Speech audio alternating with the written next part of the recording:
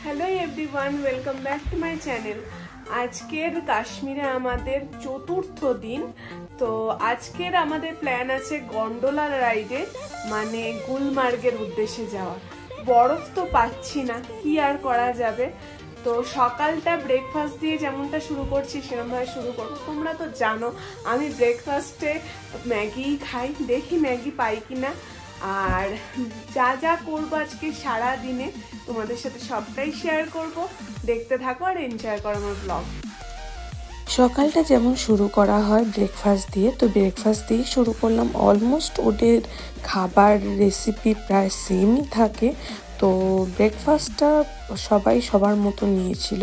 আমি প্রথমে এখানকার করা ম্যাগিটা ট্রাই করেছিলাম, কিন্তু ওটা এক্সেসিভ স্পাইসি ছিল বলে আমি আলাদা আমার ম্যাগি অর্ডার দিয়েছিলাম। তো সেটা খেয়ে আমাদের রওনা দেওয়ার সময় হয়ে পড়ল। তো তোমরা দেখতেই পেলে আমরা ব্রেকফাস্টটা করে নিয়েছি, এবার সবাই রেডি হয়ে গেছে এখানে। তো এবারে আমরা যাচ্ছি গুলমার্গের উদ্দেশ্যে। বলে গুলমার্গ খুব সুন্দর জায়গা, দেখি চোখটা চুরিয়ে যাওয়ার মতো জায়গা কিনা। কারণ কি বরফটা পাওয়া যাচ্ছে না, এটাই একটা আফসোস হচ্ছে।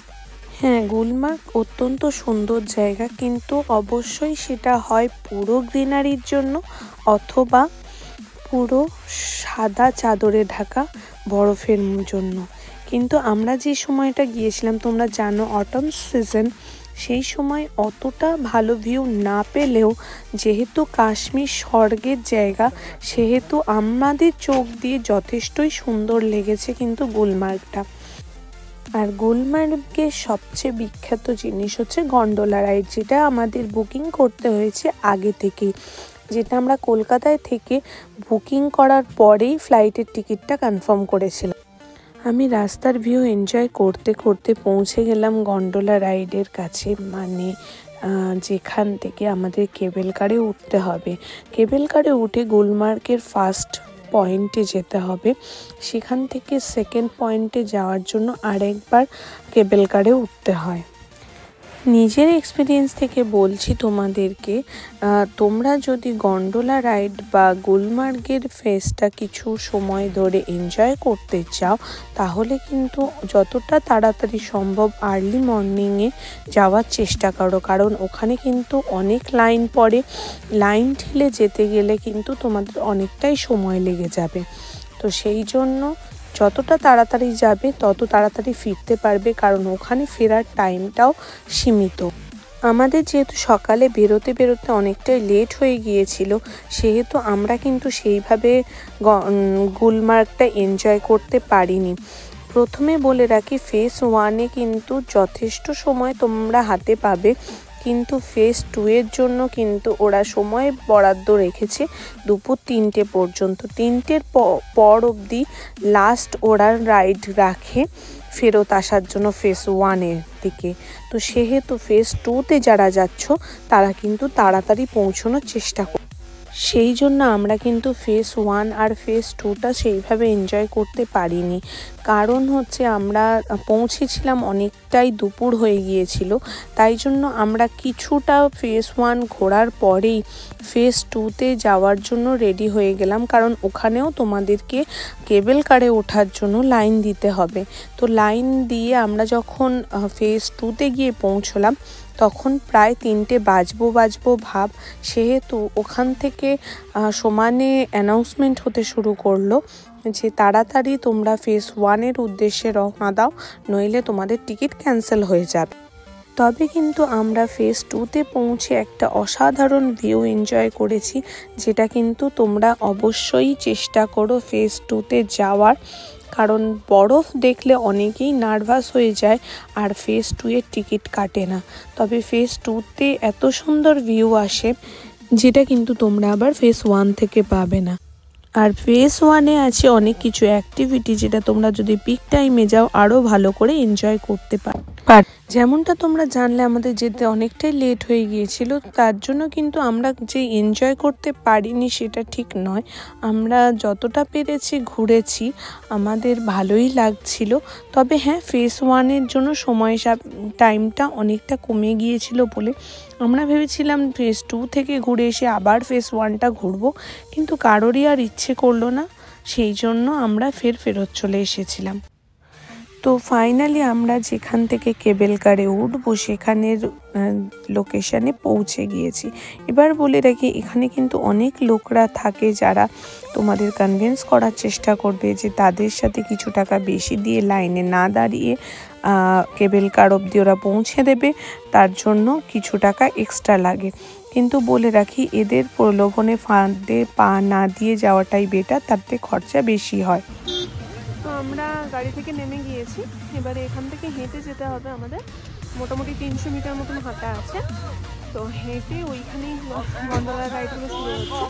তো চলো নিয়ে যাই তোমাদের।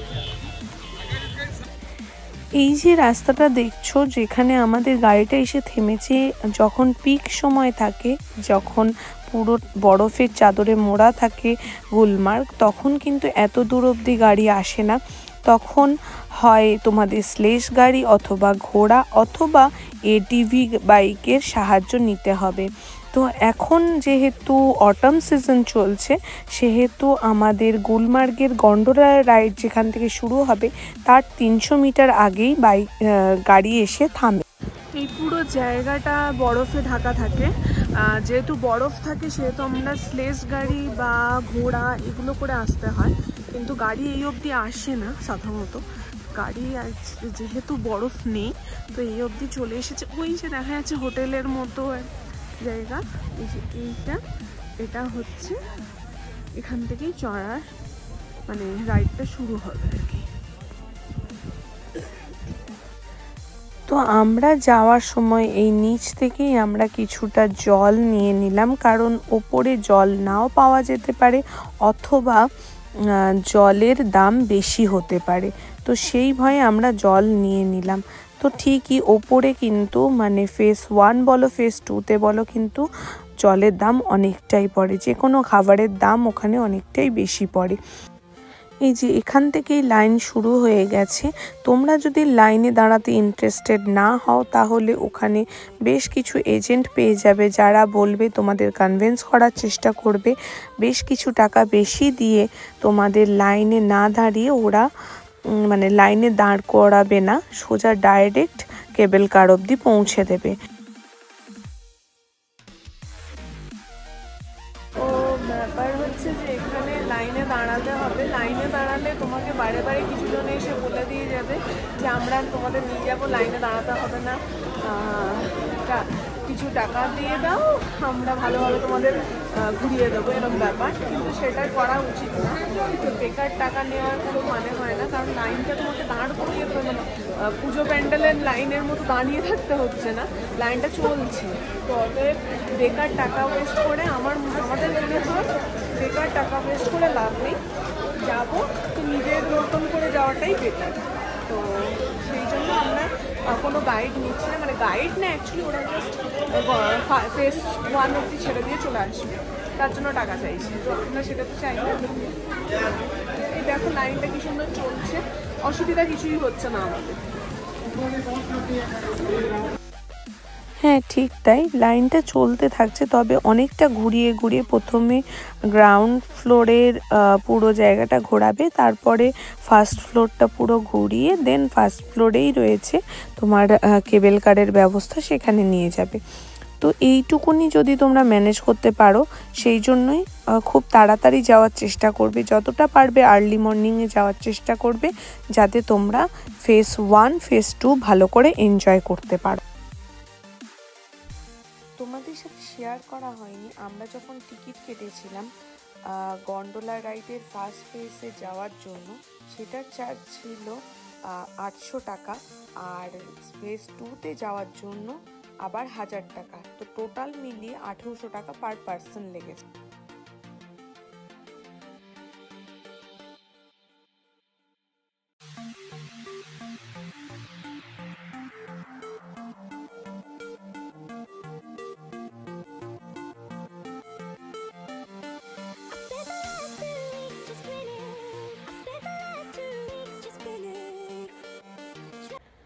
তো ফাইনালি আমাদের কেবল কার এসে গেছে, আমরা তাতে বসে গিয়েছি আর আমরা বেশ মজায় আনন্দ করতে করতে এই ভিউটা এনজয় করতে করতে ফেজ 1-এর দিকে চললাম। তোমাদের বলে রাখি এখানে কিন্তু বেশ কিছু হোটেল আছে, যদি তোমরা থাকতে চাও তারও ব্যবস্থা আছে, কিন্তু সেই হোটেলগুলো অত্যন্ত এক্সপেন্সিভ, তাদের কস্ট অনেকটাই ব্যয়বহুল। তো সবচেয়ে ওখানে দামি যে হোটেলটা আছে তার নাম হচ্ছে খাইবার, যার পার নাইট কস্ট হচ্ছে পিক সিজনে 70-80 হাজার টাকা, আর যার অফ সিজনে গেলে প্রায় 40 থেকে 50 হাজার টাকা কস্ট পড়ে। তো ফাইনালি উঠে গেছি আমরা ইয়েতে রোপওয়ে, তো কেবল কারে। তো আমরা প্রায় 1.5 থেকে 2 ঘন্টা মতন লাইনে দাঁড়িয়েছিলাম আর কি। তো অসুবিধা খুব একটা হচ্ছে না, কারোরই কোনো প্রবলেম হচ্ছে না। বেকার ওই যারা দালাল আছে তাদেরকে ধরে অত টাকা দিয়ে তাড়াতাড়ি আসার কোনো মানে হয় না। কিন্তু সত্যি খুব ভালো লাগছে এখানে উঠে। ভিউটা তোমাদের সাথে শেয়ার করছি, তোমরা এনজয় করো। আর আমরা প্রথমে যাচ্ছি ফেজ 1-এ, তারপর যাবো ফেজ 2-তে। তো যে কথাটা তোমাদের সাথে শেয়ার করছিলাম খাইবারের কস্ট নিয়ে, এত কস্ট হওয়ার কারণ প্রথম কথা হচ্ছে তোমাদের এই খাইবার হোটেলে ঢোকার সাথে সাথে তোমরা যত মাইনাস টেম্পারেচারেই থাকো না কেন বাইরে, তার রুম টেম্পারেচারটা আলাদাই হয়। রুম টেম্পারেচারটা তোমার স্বাস্থ্য অনুকূলই থাকে। তার সাথে এখানে সমস্ত রকম ওয়ার্ল্ডের যে কোনো ফুড তোমরা চাইলে ওখানে পেয়ে যাবে। ভীষণই লাক্সুরিয়াস একটা হোটেল হয়। এই রিসর্ট বা হোটেল বলবো না, এটাকে রিসর্টই বলবো। এখানে সমস্ত রকম সুবিধা তোমরা পেয়ে যাবে। আর বলে রাখি যে এই কথাগুলো আমরা এখানকার লোকাল একজন দাদার সাথে পরিচয় হয়েছিল, তার থেকে জেনেছি। এবারে কথা বলতে বলতে দেখো আমরা ফেজ 1-এ পৌঁছে গিয়েছি। ভিউটা জাস্ট দেখো কতটা সুন্দর। ফেজ 1টাই এতটা সুন্দর, যদি বরফে ঢাকা থাকতো তাহলে আরও সুন্দর লাগতো।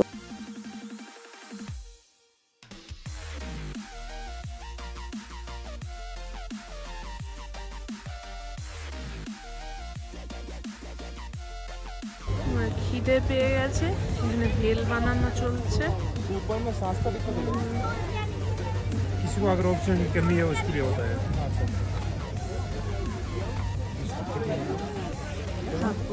कितनी बनानी है?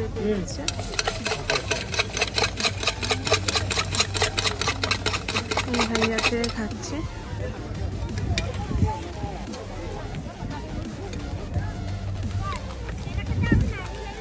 आ जाओ इधर। नहीं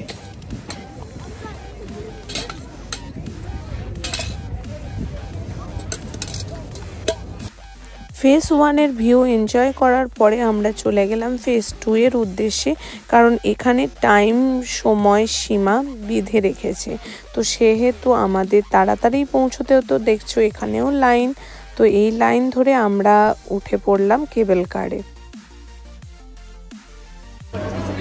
আমরা ফেজ 2-এর জন্য লাইন দিয়েছি, তো কারণ ফেজ 2-এর টাইমটা কম, টাইম লিমিটেশনটা কম, তাই জন্য আমরা আগে ফেজ 2টা ঘুরে নেবো, তারপরে ফেজ 1-এ আর একটু ঘুরবো, তারপরে হোটেল ফিরবো। যখন আমি কাশ্মীরে গিয়েছিলাম তখন আমার প্রেগনেন্সির প্রায় 12 উইকসই হয়েছিল। তো বলে রাখি তখন কিন্তু যথেষ্ট রিস্কেই যাওয়া হয়েছে, কিন্তু আমার কোনো রকম কোনো সমস্যাই হচ্ছিল না। এখানে আমি যথেষ্ট এনজয় করেছি আর ভিউগুলো আমার খুবই ভালো লেগেছে। কিন্তু হ্যাঁ, গ্রিনারির সময় আসলে বা পুরো সাদা চাদরে মোড়া যদি বরফের সময় আসতাম তখন হয়তো দৃশ্যটা আরও বেটার পেতাম।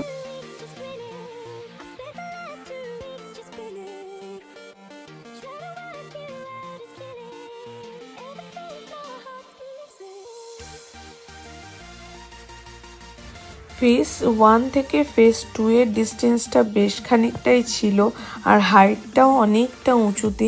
সেখানে কোনো পাইন গাছের নাম নিশান আমরা দেখতে পাইনি, কিন্তু খাড়াই পাহাড় বেয়ে আমরা উঠে যাচ্ছিলাম ফেজ 2 এর দিকে। যে দৃশ্যগুলো এইবারে মিস করে গেলাম, সেই দৃশ্যগুলো দেখতে আমাদের ফের আসার ইচ্ছা প্রবল রইল। যদি বেশ কয়েক বছর পর সম্ভব হয়, যদি আবার কাশ্মীর আমাদের ডাকে, তাহলে নিশ্চয়ই একবার আসবো।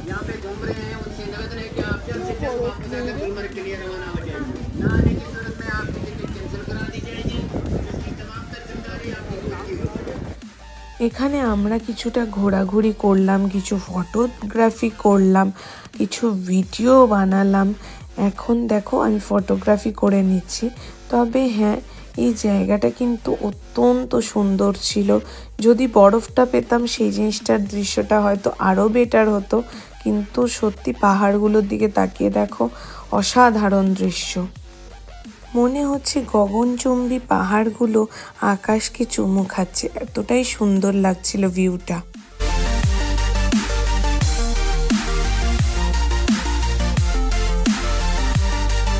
যেহেতু প্রথমেই বলেছি আমাদের সময়টা অনেকটা দেরিতে যাওয়া হয়ে গিয়েছিল, তাই জন্য আমরা বেশিক্ষণ সময় না কাটাতে পেরে আমরা ফেরত চলে এলাম।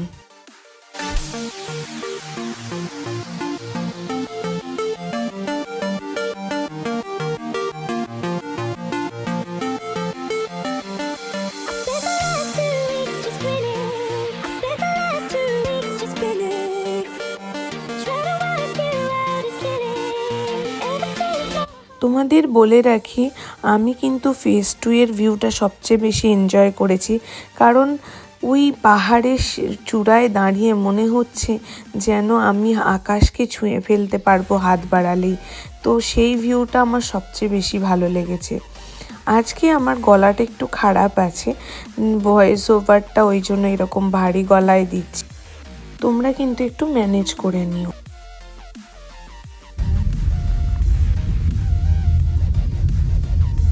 विंटर में ये पूरा गायब हो जाता है सारी, वो जो ये येलो ये पॉलीथीन देख रहे हैं, these are स्नो बैग्स। ये विंटर में वहाँ पे घुमाने के लिए स्नो बैग्स की भी यहाँ पर ही होती है। ये जो 2 स्नो बैग्स इन्होंने रखी है खाली, ये देख लीजिए यहाँ पे फोटोज रील भी ले रहे हैं। ऐसे ही होता है विंटर में, जो इन्होंने बोर्ड लगाया है स्नो बैग्स के सामने, यहाँ पे ये फोटो रील भी ले रहे हैं। विंटर में सब एक्टिविटीज यहाँ पर ही होती है, चाहे आप स्कीइंग या स्लेजिंग, यहाँ से स्लेज पूरा आपको गुलमर्ग तक ड्रॉप करें, उसको जंगल राइड बोलते हैं। यहाँ पे मान लीजिए अगर हम फरवरी 20 को आए तो यहाँ पे कितना फीट का बर्फ है? करीबन 7-8 फीट। 7-8 फीट। सेकंड फेज पर करीबन 15 फीट। তো তোমরা যেমনটা শুনলে, এই ভাইয়ার কাছে আমরাও অনেক গল্প শুনতে শুনতে এই যাত্রাটা অতিক্রম করলাম। ফেরার সময় এই ভাইয়ার সাথে পরিচয় হয়ে গিয়েছিল, তো উনিই বলেছিলেন ওই খাইবার হোটেলের কথা। তো এত সব নলেজ কিন্তু এনার থেকেই পাওয়া।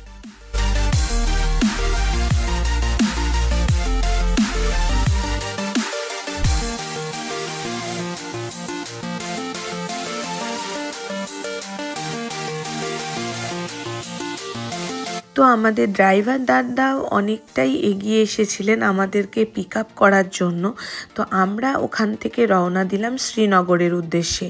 এরই মধ্যে আমাদের অনেকটাই খিদে পেয়ে গিয়েছিল, তো টুকিটাকি স্ন্যাক্স খাবো বলে আমরা এই হোটেলটায় দাঁড়িয়ে গেলাম। আর এই যে গাছটা তোমরা দেখতে পাচ্ছ, এটা কিন্তু আখরোট গাছ।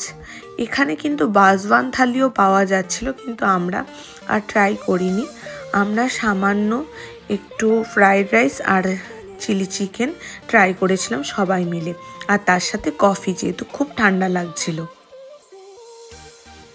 আমরা গুলমার্গ ঘুরে চলে এসেছি হোটেলে। এখন আমি অ্যাপেল খাচ্ছি। এখানে অ্যাপেল আমরা যেটা কিনলাম সেটা হচ্ছে 80 টাকা কিলো, মানে এতটাই কম দাম। তো খেতে খুব জুসি আর খুব টেস্টি, মানে এই নর্মাল আমাদের ওখানে যে আপেলগুলো পাওয়া যায় সেইগুলো থেকে অনেক গুণ বেটার খেতে, মানে এত টাটকা ফ্রেশ আর ঠিক খেতে লাগছে, মানে কি বলবো, একটু টকাচে মিষ্টি, খুব ভাল লাগছে। তো খাওয়া দাওয়ার সময় হয়ে গেছে, মানে ডিনার করার সময় হয়ে গেছে। তো আমরা এখন নিচে যাচ্ছি, গিয়ে দেখবো ডিনারে কি আছে, দিয়ে আজকের রাতটা শেষ করবো এই হোটেলে। আজকের শেষ দিন, মানে আজকের শেষ রাত বলা যায়। তারপরে আমরা এই আসছে,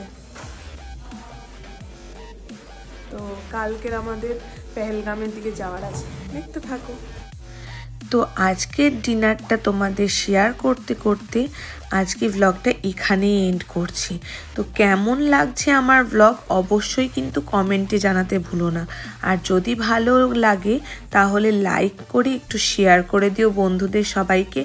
আর বলে রাখি, যারা এখনও পর্যন্ত আমার চ্যানেলকে সাবস্ক্রাইব করনি তারা কিন্তু তাড়াতাড়ি সাবস্ক্রাইব বাটনটা প্রেস করে দিয়ে বেল আইকনটা হিট করে দিও। আজকে চলি, সবাইকে টাটা, সবাই ভালো থেকো, সুস্থ থেকো।